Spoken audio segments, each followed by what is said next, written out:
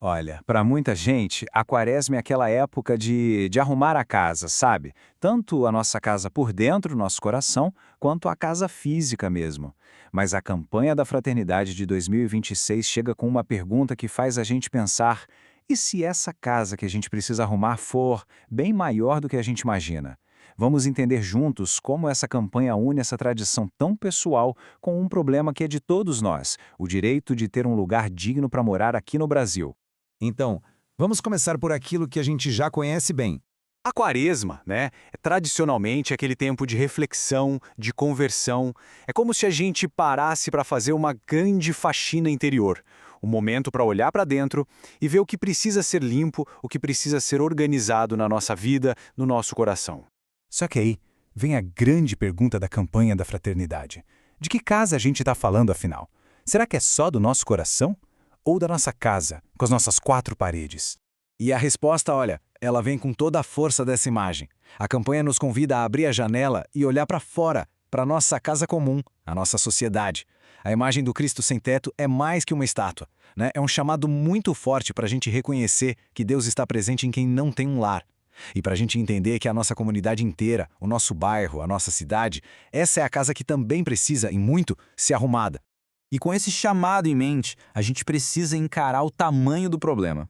Afinal, qual é a situação da moradia no nosso país? Bom, os números são um verdadeiro soco no estômago. A gente tem um problema em duas frentes. Primeiro, são 6 milhões de famílias sem ter onde morar. 6 milhões! E não para por aí. Existe um outro número ainda maior. 26 milhões de moradias inadequadas. O que é isso? São casas superlotadas, sem saneamento básico, em lugares perigosos, não basta ter um teto, ele precisa ser digno.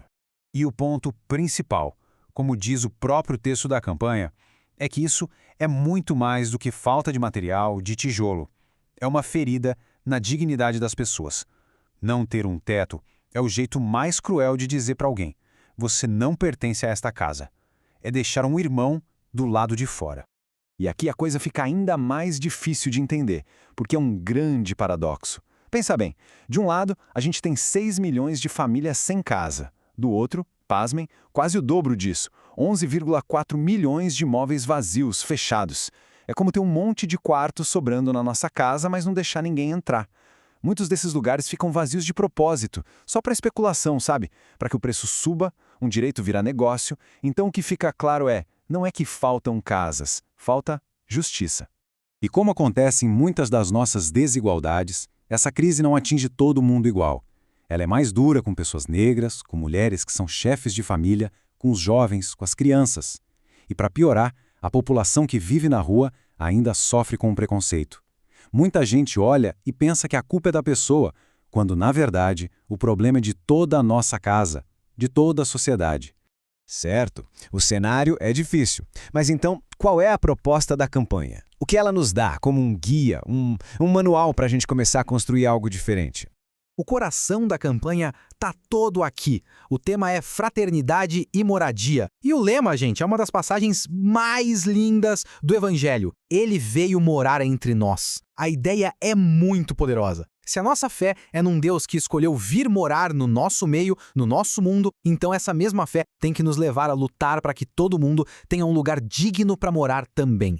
E essa frase do texto da campanha resume uma ideia que é até revolucionária. A terra, e por consequência a casa, não pode ser vista como uma mercadoria, algo que se compra e vende só para ter lucro. É um presente de Deus, um dom. E viver com dignidade é um direito de todo mundo, simplesmente porque somos todos filhos e filhas de Deus. E a importância disso é gigante. Pensa comigo, a casa é como a porta de entrada para todos os outros direitos. Como é que alguém consegue cuidar da saúde, estudar, ter segurança ou procurar um emprego sem ter um endereço? Sem ter um lugar seguro para voltar no fim do dia? Não dá, né? Ok, a gente já entendeu o problema e de onde vem a inspiração. Mas como que a gente sai da indignação e parte para a ação? Como colocar as mãos na massa? A campanha nos dá um caminho, um método que é muito conhecido: ver, iluminar e agir. É simples. Primeiro, a gente precisa ver a realidade como ela é, sem maquiagem. Depois, iluminar essa realidade com a luz da nossa fé. E por último, o mais importante: agir para transformar, para levar justiça para onde ela está faltando. Mas o que significa agir na prática? Bom, as possibilidades são muitas e todo mundo pode ajudar de alguma forma. A gente pode apoiar os movimentos e as pastorais que já estão nessa luta, a gente pode participar das reuniões na nossa cidade para cobrar políticas melhores, podemos denunciar quando a gente vê a especulação acontecendo e, claro, participar de gestos concretos como a Coleta Nacional da Solidariedade. Cada pequena ação já ajuda a arrumar nossa casa comum. Então, para a gente ir fechando, qual é a grande visão? O que move tudo isso? O Papa Francisco nos ajuda a entender. Ele diz que uma casa não é só um abrigo de tijolo e cimento. É o lugar sagrado onde a vida se constrói, onde a família se une, onde a gente cria laços. É a base de tudo. E assim a gente volta para aquela imagem do começo, mas agora com outro olhar. Lutar para que todo mundo tenha um lar digno não é só uma questão política ou social.